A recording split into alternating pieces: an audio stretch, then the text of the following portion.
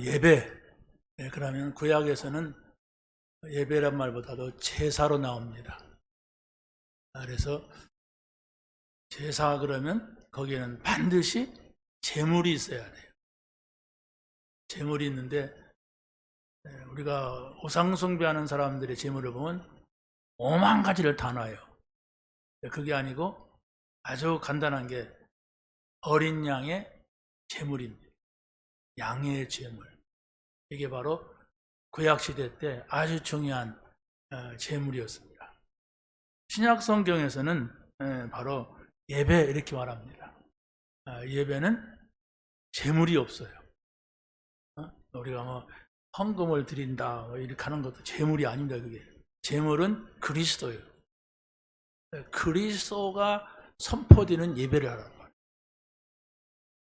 거예요. 구약시대의 제사는 말씀 선포도 없었어요. 그냥 저 밖에서 양을 잡아가지고 불에 태우고 그 양에게서 나온 피를 가지고 와가지고 이제 반이 나눠졌다면 성소와 지성소 이렇게 나뉘었어요. 보면 성소에는 이렇게 촛불이 켜 있고 뭐 여러 가지가 있어요. 떡상이 있고 이렇게 하는데 여기에는 그 언약궤, 아론의 쌍난 지팡이, 법궤, 또 뭡니까? 만나 항아리.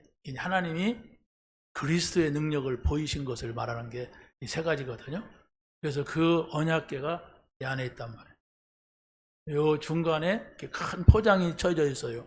그래서 포장이 쳐져 있는데 여기에는 대제사장, 하나밖에 없는 대제사장이 홀로 들어가서 성도들의 가지고 온 제물에서 받은 피를 여기다가 뿌리는 거예요. 아무개의 죄 때문에 이 양이 죽었습니다. 이 피를 보시고 누구누구의 죄를 용서하여 주옵소서 이렇게 제사를 드렸어요.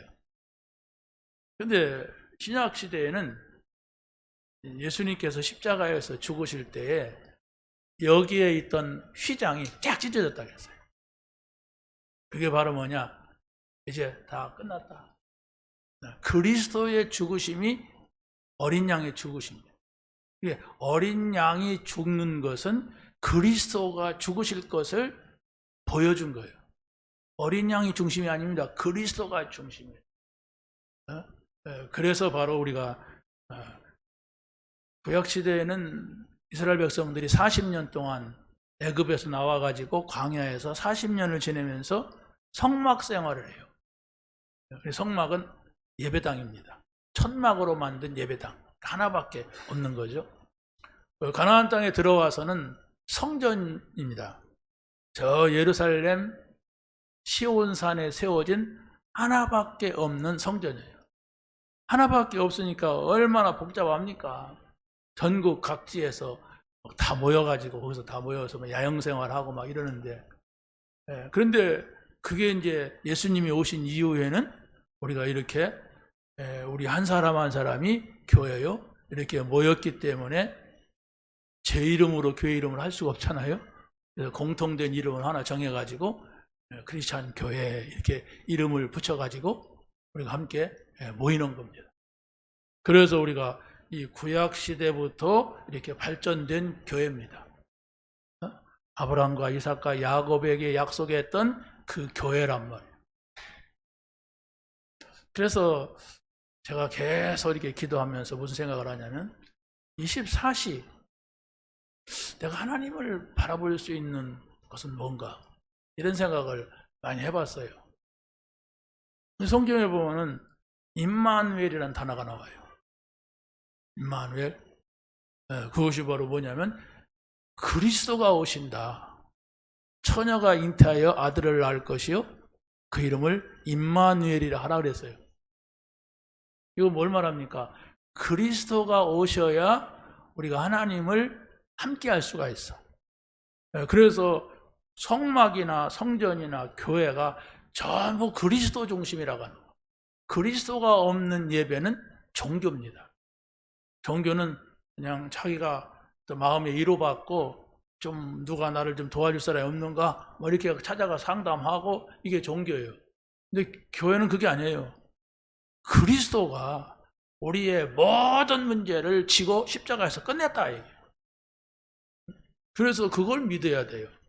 그러니까 여러분이 교회 오기 전에 문제를 가지고 왔다 할지라도 오늘 이 자리에서 예수님이 그리스도시다, 십자가에서 죽으시고 부활하셨다, 그게 바로 나를 위한 것이다, 이걸 믿는다면 모든 것이 다 끝난 거예요.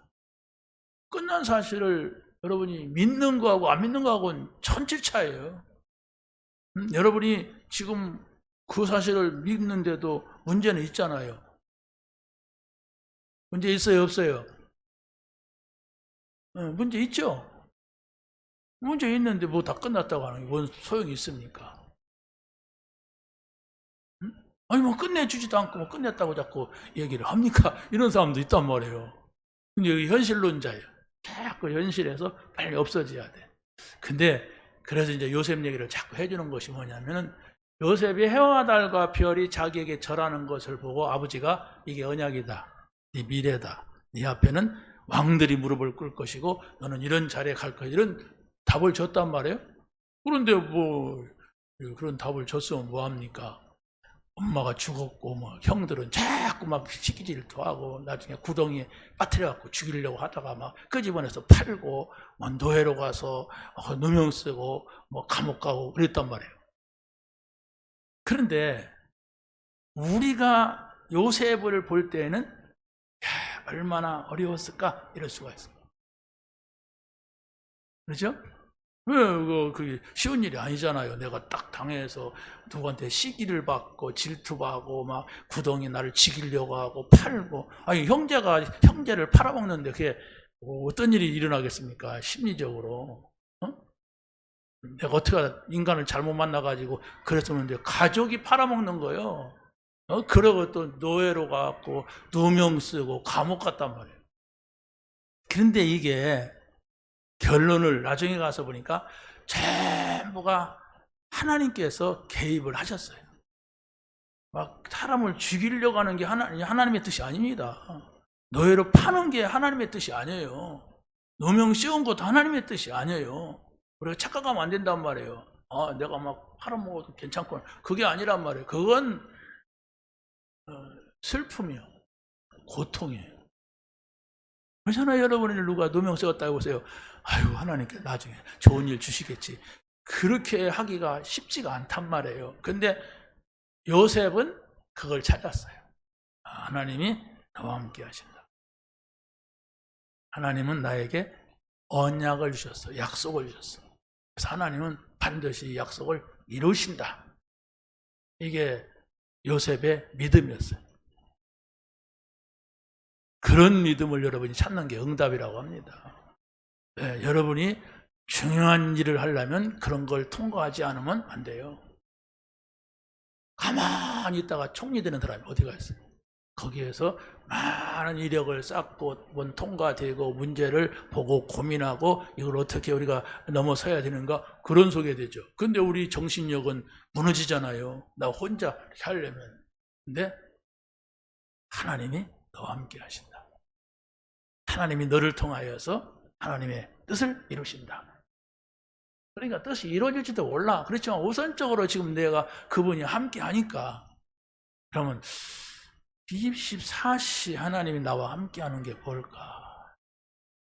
이 생각하다가 답을 얻었어요. 예배다.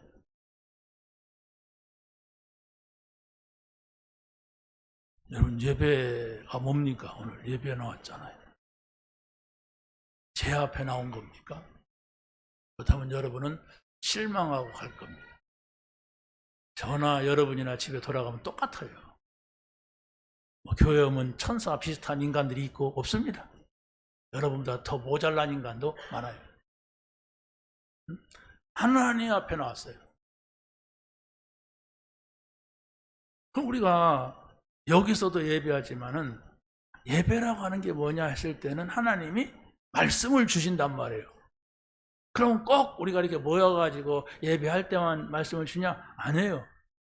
여러분이 길을 걸어갈 때도 말씀을 주실 수가 있고, 여러분이 집에 가 있을 때도 말씀을 주실 수가 있고, 일할 때도 말씀을 주실 수가 있어요. 그러지 않습니까? 예, 우리에게 이미 들어온 말씀이 있는데 그 말씀 우리가 묵상하고 또 그 말씀 우리가 찬양하고 이렇게 할 때 하나님께서는 깨닫게 하시는 성령의 역사가 있더라고요. 그래서 여러분이 어디에 있든지 예배자로 있어야 돼요. 그게 뭐냐? 어디에 있든지 하나님 앞에서 하나님의 소리를 듣고자 하는 이 자세가 중요하단 말이에요. 어디에 있든지. 근데 그게 이제 안 되면은 자꾸 우리 생각 때문에, 세상 때문에 뭔가 무너지는 일들이 나온단 말이에요. 그 세상은 뭡니까? 죄악 세상이에요. 세상은 뭐냐? 사단이 장악하고 있는 세상이에요. 이 사단은 눈에 보이지 않으면서 여러분들을 어찌됐든 하나님과 분리시키려고 그래요. 사단은 분리하는 자예요. 분쟁하게 하는 자예요. 사단은 눈에 안 보이면서도 우리 뭡니까? 우리 인간 세계에 곳곳에 들어와서 역사한단 말이에요. 그래서 여러분이 하나님을 만나고 하나님 앞에 예배자로 있어요. 예배가 드린다는 거 그냥 뭐 찬송하고 기도하고 뭐 목사가 무슨 얘기하는가 듣고 가는 게 아니에요. 하나님 앞에 오는 거라니까. 여러분이 하나님께 가까이 가면은 아무것도 여러분을 해할 자가 없다고 그랬어요. 심지어는 사단이 만지지도 못한다고 했어요. 사단이 만지면 안 되잖아요, 우리를. 그렇죠? 하나님이 만지야지 사단이 만지면 문제가 나는 거예요. 마약하는 사람이 만지면 안 되잖아요. 그런데 우리가 그만큼 하나님하고 나하고 어떤 관계 속에서 있느냐 이겁니다. 자, 그래서 우리가 지금 로마서 지금 쭉 나오는 가운데 1장부터 11장까지는 믿음에 대한 얘기를 쫙 하고 있었어요. 근데 이제 12장이죠, 오늘. 12장부터 16장까지는 이 믿음을 가졌으면은 어떻게 삶 속에서 실천하느냐 이걸 말하고 있어요. 우리가 온전한 믿음을 가져야죠. 온전한 믿음을 갖지 못하고 목사가 되고 온전한 믿음을 갖지 못하고 장로가 되고 온전한 믿음을 갖지 못하고 우리가 예배하고 이렇게 한다면은 그게 사실은 아닌데 그게 사람들한테는 보여지잖아요. 저 사람이 목사야, 저 사람이 장로야, 저 사람이 크리스찬 교회 성도야 이렇게 보여지잖아요. 그러니까 하나님을 모르는 사람이나 믿음이 약한 사람한테는 자꾸 낙심을 준단 말이에요.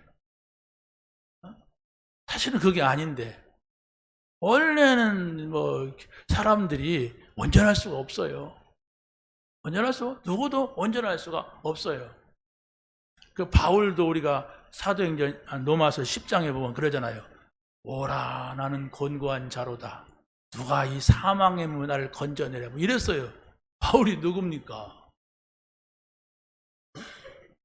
바울은 예수님을 길거리에서 만나가지고 막 눈이 멀고 막 꼬꾸라지고 그래서 3일 동안 밥을 먹지 못하고 이렇게 예수님을 만난 사람이요.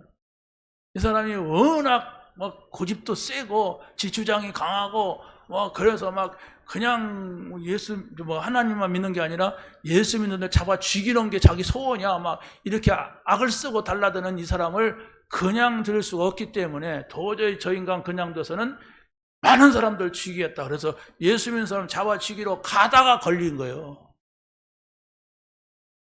말이 그렇지 3일 동안 눈이 멀었다고 생각해 보세요.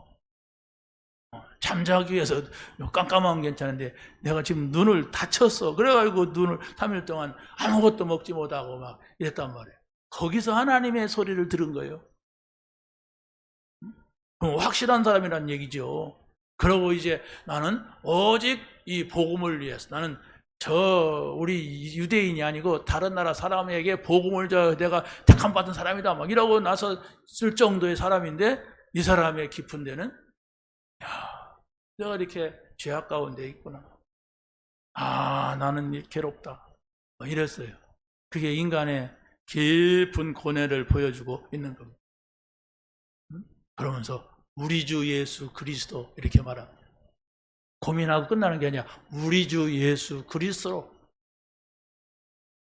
여러분 어떤 고민이 있다 할지라도 여러분이 하나님 앞에 서세요. 그가 나에게 주시는 말씀을 붙잡고 묵상하세요. 때에 따라서는 여러분이 부르짖을 수도 있습니다. 그렇죠? 좋아요. 저는 부르짖는 기도도 많이 해봤어요. 근데 더 중요한 것은 우리가 말씀을 따라가야 돼요. 말씀을 놓치게 되면 우리는 우리 생각 속에 잡히게 돼요. 살려고 하니까 저 사람이 나에게 돌 던지고 이렇게 피해야지 이렇게 만지는 사람이 어디가 있어요. 그러니까 우리는 언제든지 하나님의 말씀 앞에 서서 하나님이 나에게 이 말씀을 주셨다가는 확신, 우리 주장이 아닙니다. 확신입니다. 이 말씀은 이런. 근데 이게 어떤 때는 또 뭐 코에 걸면 코걸이, 귀에 걸면 귀걸이든 말씀이 또 있거든. 그래서 우리가 모이는 거예요. 이 교회라고 하는 것은 바로 분명히 어느 교회든지 신학을 한 목사가 있어요. 그래서 하나님에 대해서는 우리가 어떻게 믿어야 된다, 예수님에 대해서는 어떻게 믿어야 된다, 성령에 대해서는 어떻게 믿어야 된다, 이런 것을 우리가, 저 같은 경우는 4년, 3년, 7년을 그거 공부했어요. 그러니까 그걸 중심을 잡고 놓아줄 수 있는 것은 우리 함께 모였을 때 예배란 말이에요. 그런 속에서 우리가 메시지를 전달하는 거죠. 자, 그래서 1장부터 11장까지가 믿음에 관한 것이라면 12장부터 16장까지가 실천편인데, 그래서 우리가 첫째로 예수가 그리스도이심을 믿는 자는 은혜와 평강이 있습니다. 먼저 중요한 것이 바로 뭐냐? 믿음을 가지라. 무슨 믿음이냐? 하나님께서 우리에게 주신 은혜와 평강이 무엇이냐? 여러분이 그리스도를 만나고 어떤 평안을 얻었습니까? 여러분에게 주신 은혜가 무엇이라고 생각합니까? 바울 사도는 언제든지 편지할 때마다 서두에 항상 은혜와 평강이 너에게 있을지어다. 어느 사람에게 어느 교회에 이 은혜와 평강이 있을지어다. 그게 바로 뭡니까? 내가 구원받았구나. 이 은혜입니다. 복음 때문에 나는 평안하다. 이게 답이다. 이걸 중심하라는 얘기예요. 자, 그래서 첫 번째로 보는 것은 예수 그리스도를 믿는 자에게는 어떤 답이 나오는 겁니까? 완전하고 충분하고 모든 것이라는 답이 나와요. 그리스도가 누굽니까? 하나님이시란 말이에요. 하나님이 우리 문제를 해결하려고 사람의 몸을 입고 이 땅에 오셨어요. 이런 중요한 사실이 있는데, 그래서 바로 우리가 그리스도는 완전한 분이고 그리스도는 나에게 모든 것이고 충분하단 말이에요. 그만 한 번만 있어도. 그래서 우리는 그리스도가 자랑이 되어야 된단 말이에요. 그게 1장입니다. 내가 복음을 부끄러워하지 아니하노니 이 복음은 모든 믿는 자에게 구원을 주시는 하나님의 능력이 됨이라. 먼저는 유대인에게 그리고 헬라인에게로다 이랬어요. 이 복음이 뭡니까? 그리스도를 말합니다. 그리스도는 뭡니까? 하나님의 의라고 했어요. 17장에 1장 17절에 보면은 하나님의 의가 나타났다. 다시 말하면 하나님이 우리를 보실 때에 봐주기 위해서, 모든 걸 봐주기 위해서 그리스도를 보냈다는 얘기예요. 그래서 바로 그리스도로 보지 않으면 우리는 다 죄인이야. 어떤 사람은 그러잖아요. 우리 죄 때문에 우리 죄를 용서하면 그러면 내가 무슨 죄가 있냐 이런단 말이에요. 물론 착하게 살았다면 죄 없다고 합시다. 그러나 성경은 그 죄보다도 더 큰 죄, 사단한테 속은 거예요. 그래서 하나님을 잃어버린 거예요. 그래서 우리는 하나님 앞에 갈 수 없고 지옥 갈 수밖에 없는, 지옥이 있다는 사실도 사람들은 모르잖아요. 그런데 그리스도를 보내서 우리가 알지도 못하고 보지도 못한 그 죄의 문제를 해결했습니다. 그래서 바로 여러분을 향하여서 하나님은 그리스도를 통해서 본단 말이에요. 그렇기 때문에 의인 이렇게 말해요. 여러분을 향해서 의인, 그래 칭의 이렇게 해요.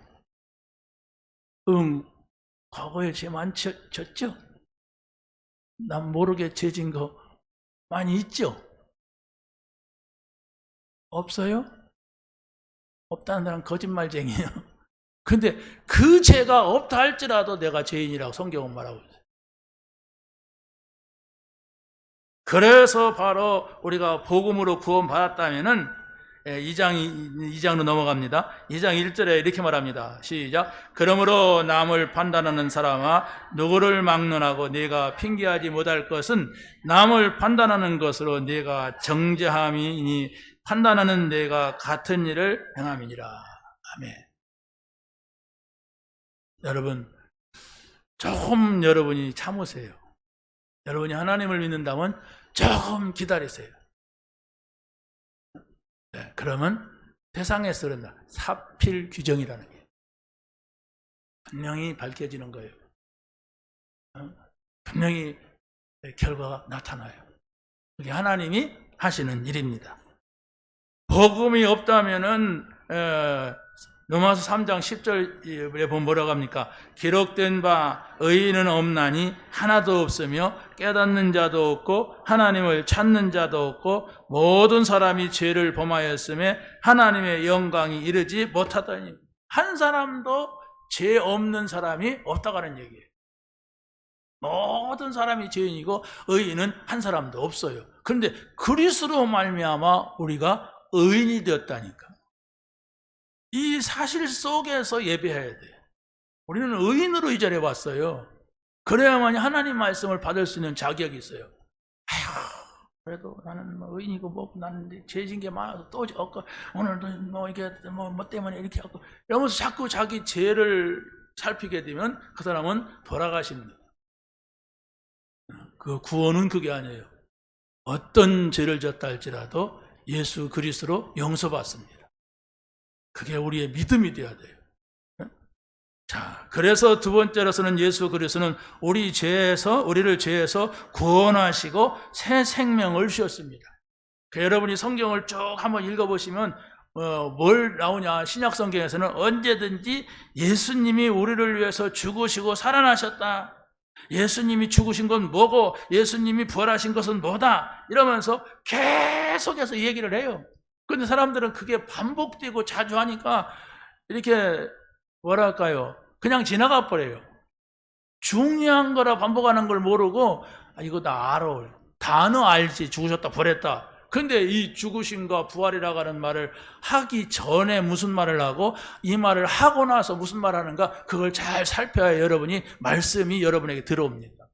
아, 내가 이런 은혜를 받았구나. 하나님이 여러분을 찾아오셨잖아요. 여러분이 찾아갔습니까, 하나님? 내가 막 애를 쓰고 노력했더니 하나님이 나 여기 있다 이렇게 나타났어요? 아니에요. 여러분에게 하나님께서 복음을 주셨어요. 누군가를 통하여서 복음을 주셨어요. 그게 하나님의 은혜라고 합니다. 종교라고 생각하는 사람은 별로 은혜가 뭔지도 모르겠지만 이건 구원입니다.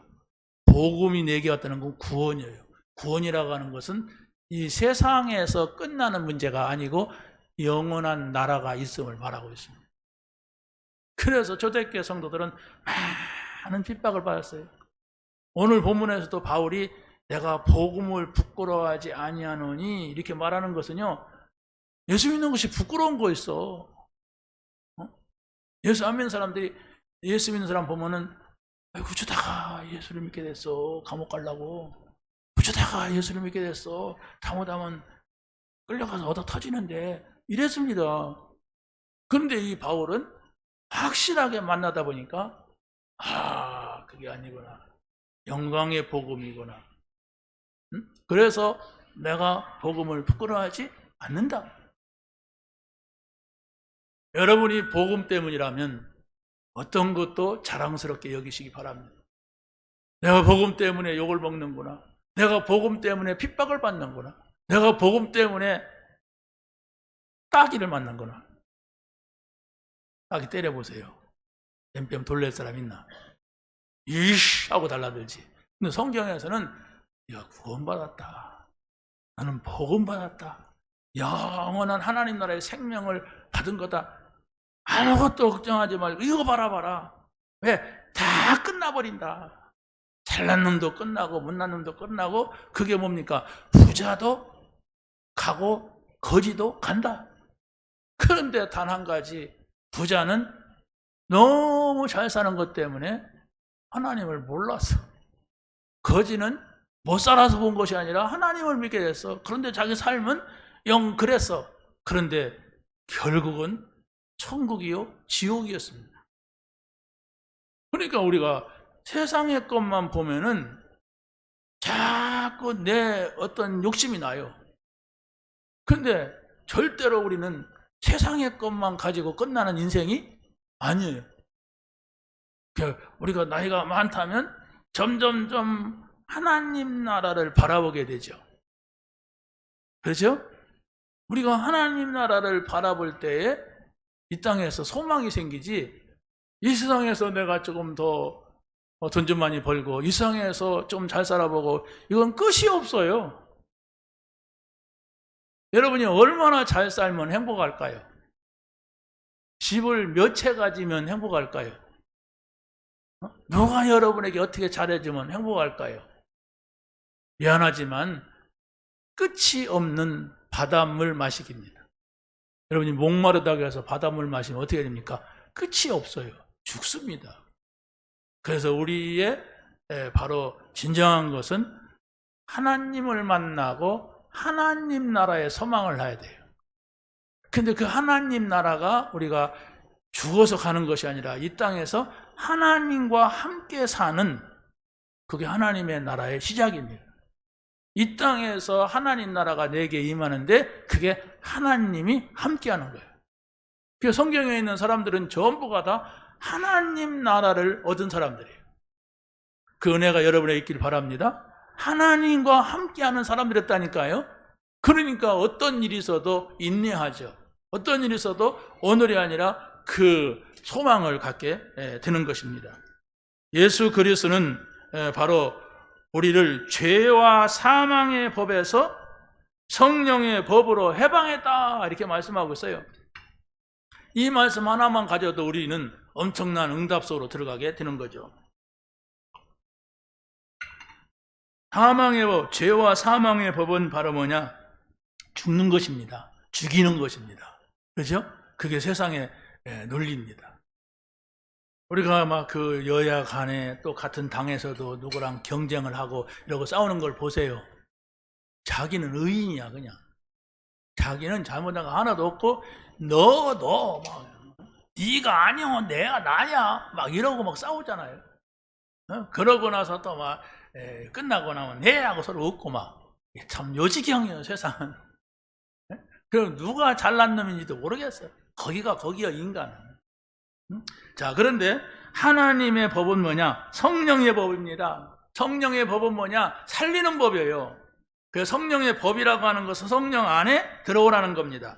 그래서 바울도 이렇게 말합니다. 우리가 구원을 받고도 마음으로는 하나님의 법을, 또 육신으로서는 죄의 법, 이것과 싸운다.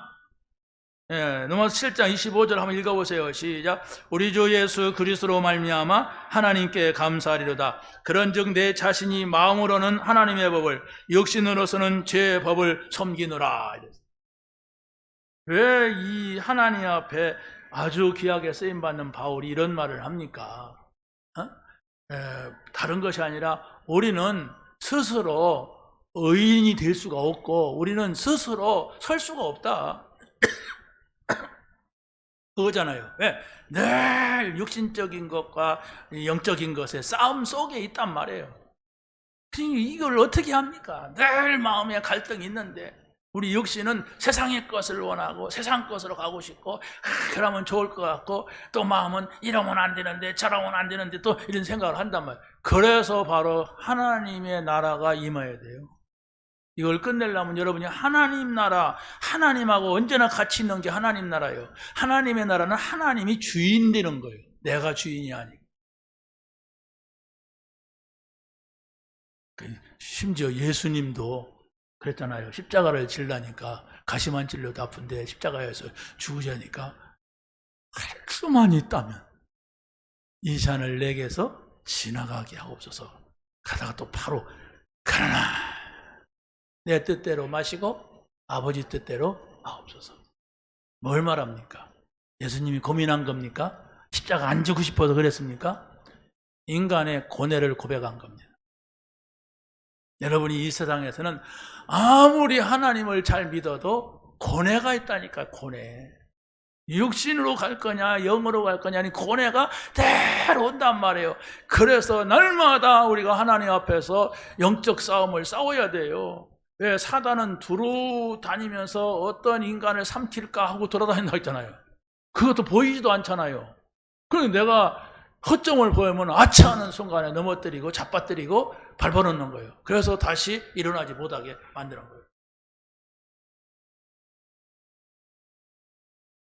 자, 그래서 우리는 예수 그리스도 안에 있는 성령의 법으로 사망의 법에서 해방되었다는 사실을 굳게 잡아야 돼요. 우리는 죽을 법을 가지고 태어난 사람들입니다. 그게 창세기 3장 문제입니다. 그런데 사는 법을 우리에게 하나님이 주셨어요. 그게 성령의 법이고 복음입니다.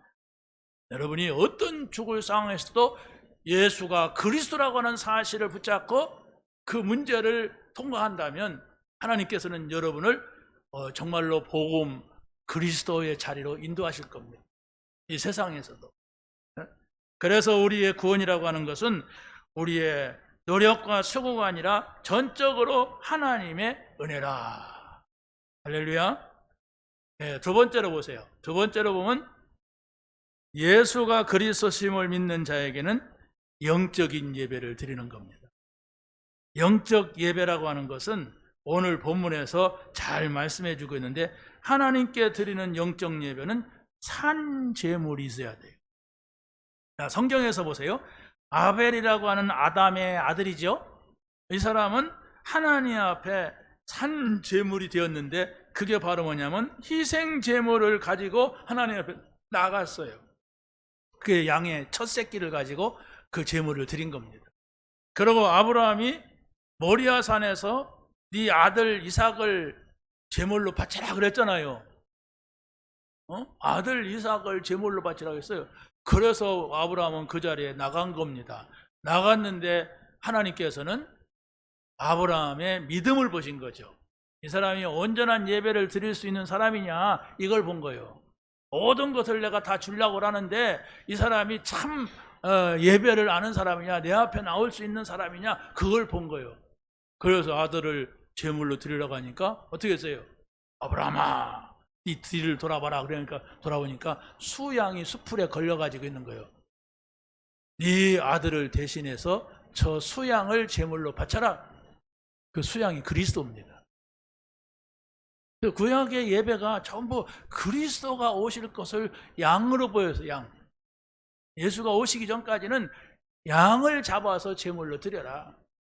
그래서 바로 여러분이 정말 죽을 죄를 지었다 할지라도 그리스도의 이름으로 나가서 예배할 수가 있는 겁니다. 기분 나쁜 사람들은 그래요. 저 살인자가 구원했다고? 나는 도저히 용납이 안 돼. 용납 안 되면 지만 손해지. 그렇잖아요. 살인자라 할지라도 예수 믿으면 구원받는 논리가 복음이에요, 이게. 상처받은 사람이 있겠죠. 살인 당한 사람도 있겠죠. 근데 그걸 보고서 그 사람은 은혜 받을 수가 없어요. 왜? 상처가 먼저 들어왔기 때문에. 나에게 그렇게 쓰니까 말이요. 그건 불행한 거예요. 네, 복음 받을 수 있는 마음이 사라진 거예요. 상처받았으니까 누가 여러분을 뭐 따기 때리고 예수 믿어라 그러면 아무리 좋은 사람이라도 이씨 이렇게 나오지 감사합니다 있겠습니다. 그런 사람이 어디가 있겠어요?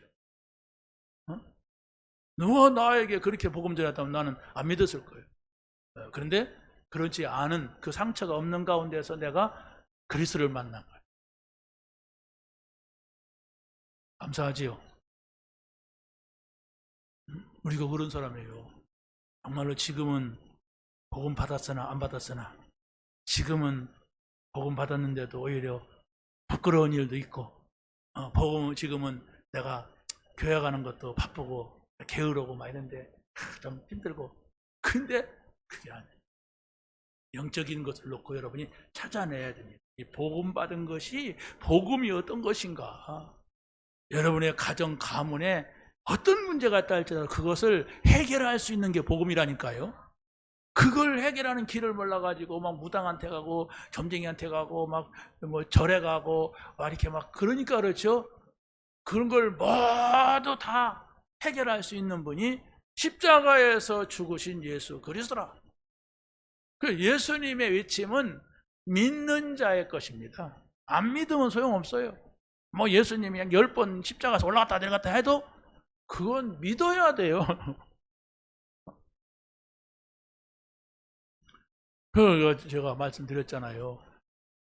시내산에 올라가 보니까 약삭 빠른 사람은 처음부터 낙타를 타고 올라가. 제천에 어떤 한 목사 있어. 그러면서 좀 이렇게 미안한지 제가 다리가 아파서 탔어요. 그러고 가더라고요.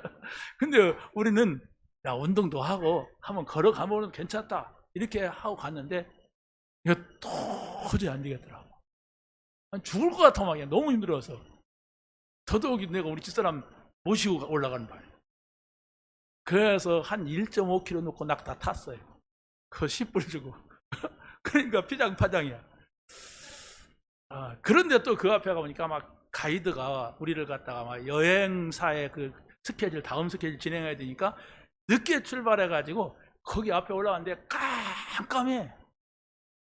올라가야 되는데 한 100m 남았는데 계단을 기어 올라가 깜깜한데.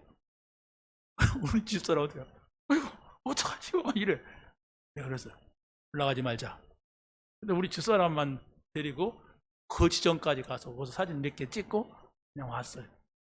근데 거기까지 악착같이 간 인간들이 있어. 갔는데 어떻게 하냐? 깜깜한 밤. 아무것도 안 보여. 거기서 샤타 터트려서 사진 한번 찍고 내려왔대. 근데 여행사 잘못이야. 자기네들 스케줄 진행을 하려고 아무튼 그랬어요. 그런데도 제게 느껴지는 게 바로 뭐냐? 모세 생각나더라. 모세 형님이 여기 와서 40일을 금식하고 내려왔다는데 어떻게 그랬을까? 그러고 또 40일 했다가 실패했잖아요. 법계 던지는 성질머리 때문에. 그런데 또 가서 40일을 하고 왔는데 보통 사람은 아니에요. 이 모세도 체력적으로도. 우리는 한 번 그냥 걸어갔다 오기도 힘든데 2번 금식하고 갔다 오는 거. 그래도 하나님이 힘을 주셨다. 하나님이 주지 않으면 80살 먹은 노인네가 어떻게 거기를 2번이나 올라갔다가 그래도 40일, 80일을 금식하느냐. 하나님이 주신 힘입니다. 왜 그렇습니까? 왜 그 사람한테 힘을 줘요? 그러지 않으면 이 사람을 써먹을 수가 없어. 그 고난을 주지 않으면. 왜? 성질 난다고 사람 때려지기고, 성질 난다고 사람 패가지고 막 쫓아내고, 막 자기가 막 원하는 여자들 도와주고, 막 계속 이러다 보면. 그래서 모세의 40일이라는 것은 뭡니까? 고난의 길이에요. 너 죽어라. 너 죽어야 된다. 이 얘기입니다. 그러지 않으면 안 죽고는 이 사람을 쓸 수가 없어. 자, 바로 사무엘이 우리가 보면은요, 뭡니까? 미스바 운동을 일으키는데 거기에서 우상을 제거하자 이렇게 합니다. 그렇죠? 바알과 아세라 우상을 제거하고 오직 하나님만 섬기자 이러는데 블레셋이라고 하는 나라가 그냥 두질 않아요. 그래서 공격에 온 거예요. 근데 이길 수가 없어요. 그때에 사무엘은 바로 어린 양을 잡아가지고 번제를 드리면서 예배했어요. 그랬을 때 하나님께서는 뭡니까? 다 그 전쟁에 하나님 개입하셔서 막 우레를 바라셨다고 했어요. 그래가지고 뒤흔들어 놓은 거예요. 전시장을. 그러니까 그들이 손들고 가는 거예요. 이게 바로 우리가 언약을 잡는 겁니다. 어린 양이 어린 양 고기가 아니에요. 바로 예수 그리스도라고 하는 사실. 그래서 하나님께 드리는 예배는 나의 삶을 제물로 드리는 겁니다. 예수님이 죽으셨기 때문에 내가 안 죽어도 되는 겁니다. 우리가 막 어린 양같이 막 목에서 피가 나와야 되는 게 아니잖아요. 바로 내가 그래 죽어야 되는데 그리스도가 죽으셨다. 그래서 우리는 그걸 믿으면 된다. 그래서 요셉은 그의 삶을 제물로 드렸는데 그게 바로 하나님과 함께 하셨다고 했어요.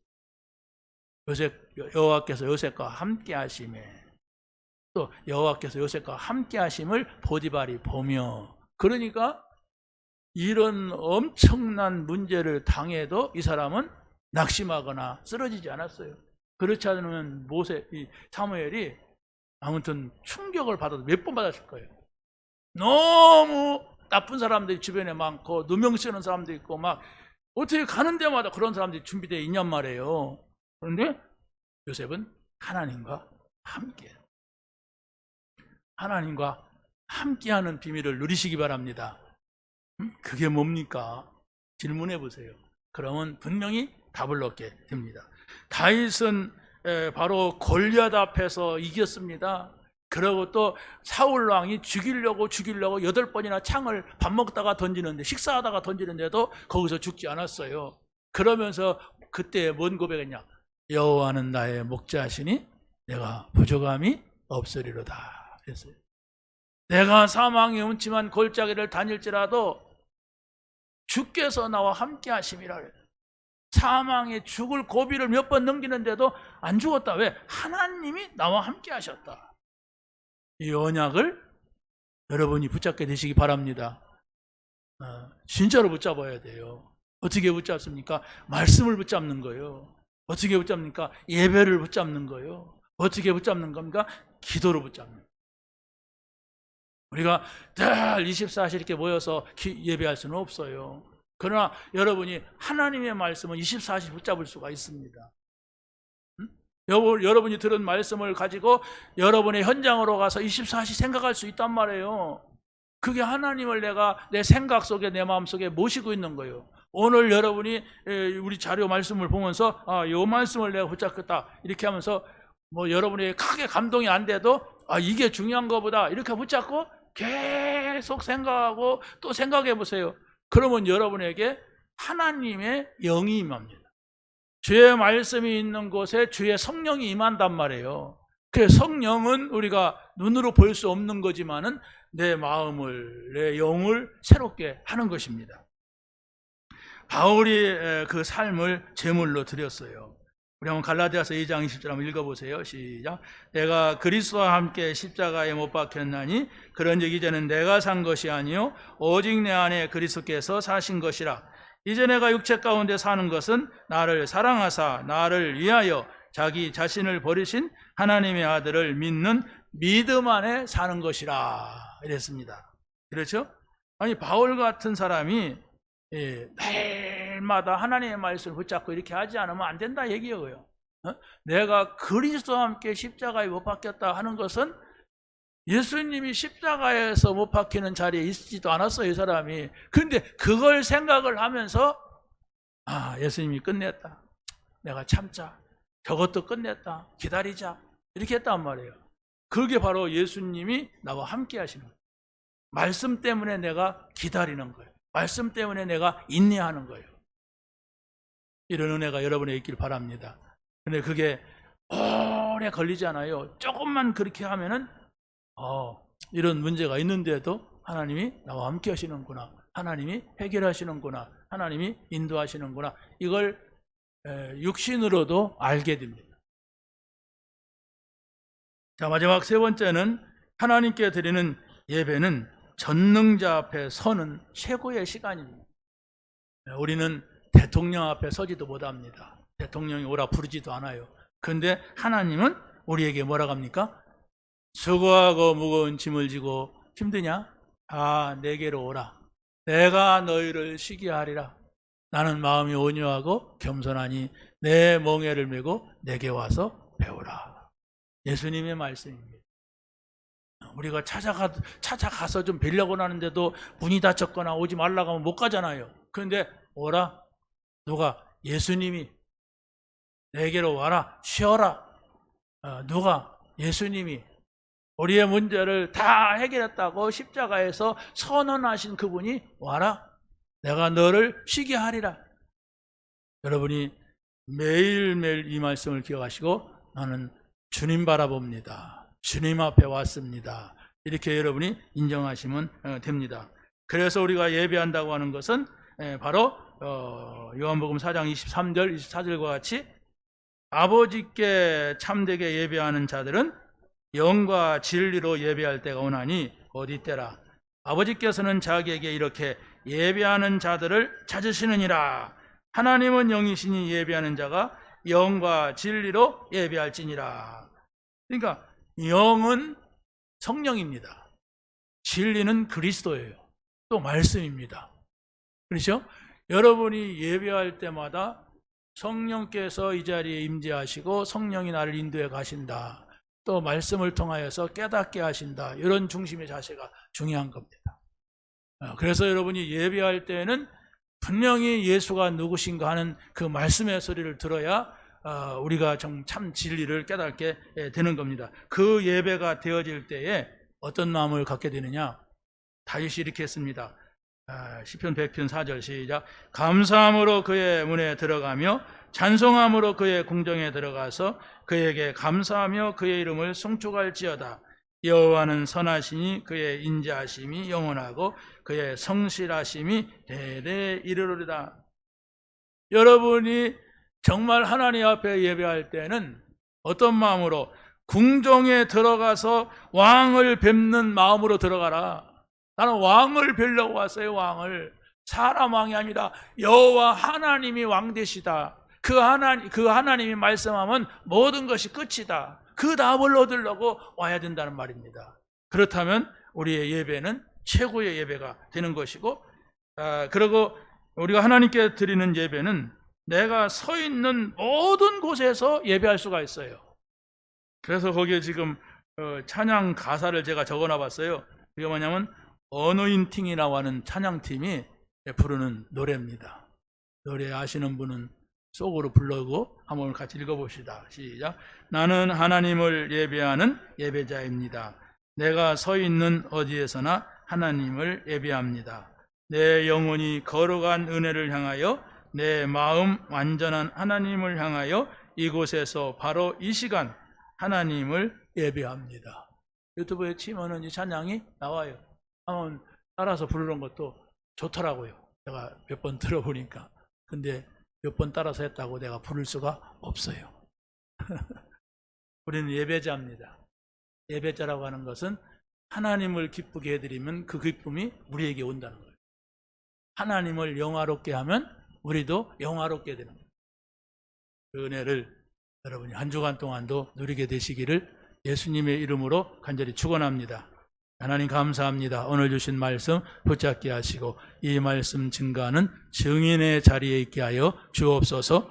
예수 그리스도의 이름으로 기도하옵나이다. 아멘. 찬송가 200